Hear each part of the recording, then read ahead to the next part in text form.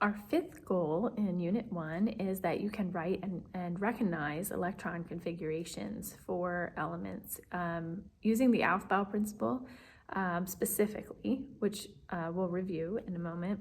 But I also want to take this opportunity to connect electron configuration to the idea of quantum mechanics and just take some time and unpack that for you again as well, and really build a depth of understanding why we're doing what we're doing. So remember that electron configuration came out of atomic theory and expanded on our current understanding and helped to explain the shape of the periodic table, why elements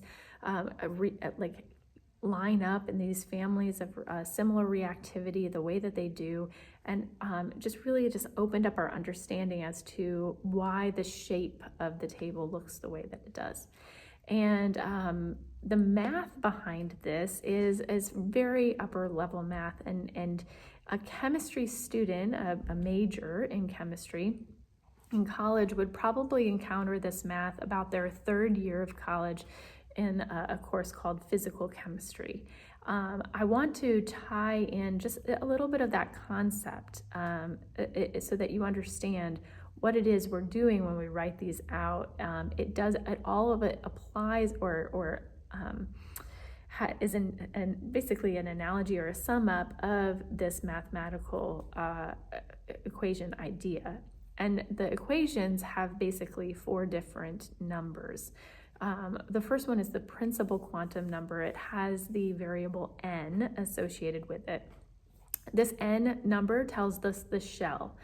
This is the row on the periodic table. So the first row, the second row, the third row, these are our n numbers in the mathematical equations.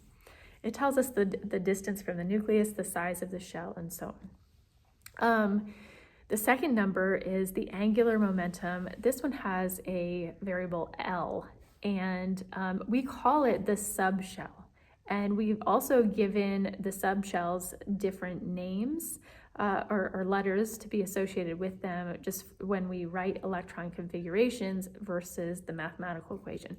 So those names are S, P, D, and F. And this really tells us something about the shape of the orbital, which is the next level, the magnetic quantum number, which has the variable m sub L. And this tells us, we call it an orbital. And it's really the orientation of the shape that's described by the angular momentum L. And then the last one is electron spin. It has a variable m sub s, and this only has 2 options always, and we represent this not in electron configurations, but when we're doing energy level diagrams and orbital diagrams, we represent them with arrows, an up arrow or a down arrow. But those are associated with numbers that are associated with this electron spin. One is plus 1/2 and the other one is minus 1/2. So we represent them as up and down. So just a reminder of what we looked at in terms of these shells and subshells. The subshells are described as shapes, and the S subshell is the simplest one. It has only the spherical shape.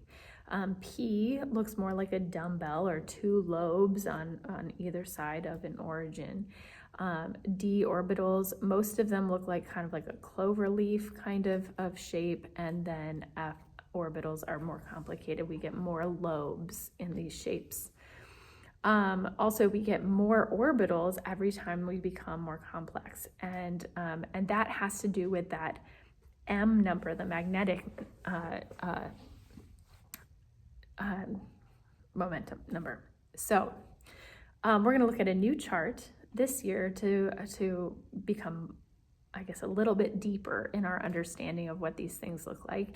And this chart is actually organized by those quantum numbers. So we've got the n numbers along the side, and you can see that as the n value becomes greater, we actually build a new layer onto our orbital understanding. So it becomes further and further away from the nucleus. When we have our L numbers across the top, we can see that when L is equal to 0 in the mathematical equation, that's the S. When L is equal to 1, that's what we call P. When L is equal to 2, that's what we call D, and 3 would be F.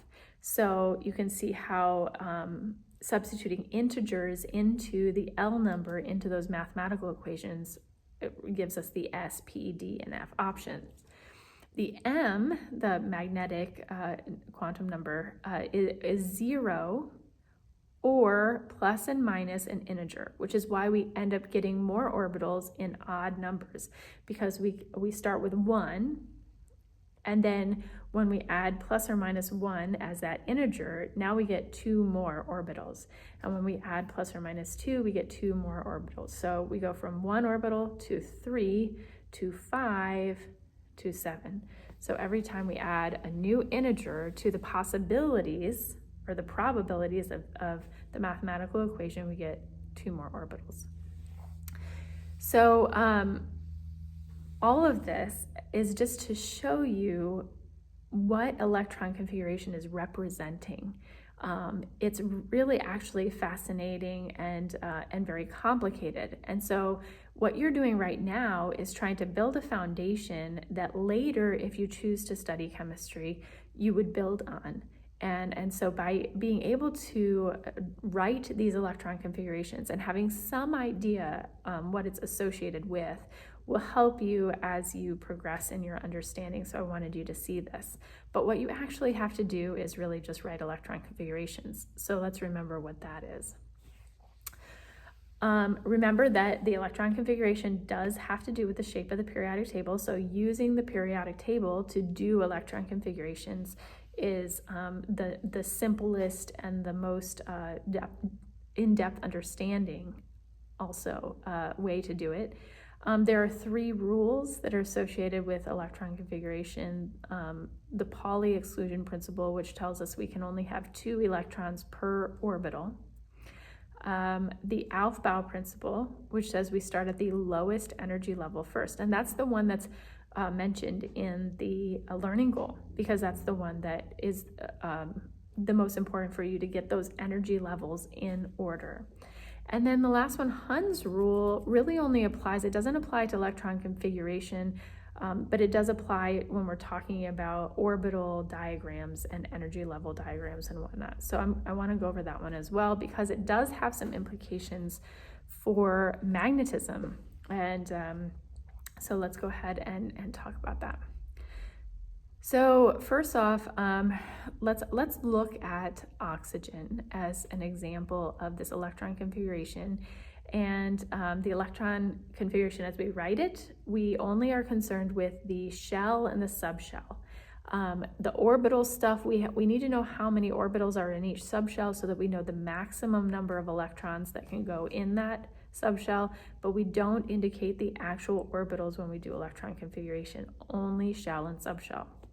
And according to the Aufbau principle, we start with the lowest energy level. So that would be the shell 1, subshell S.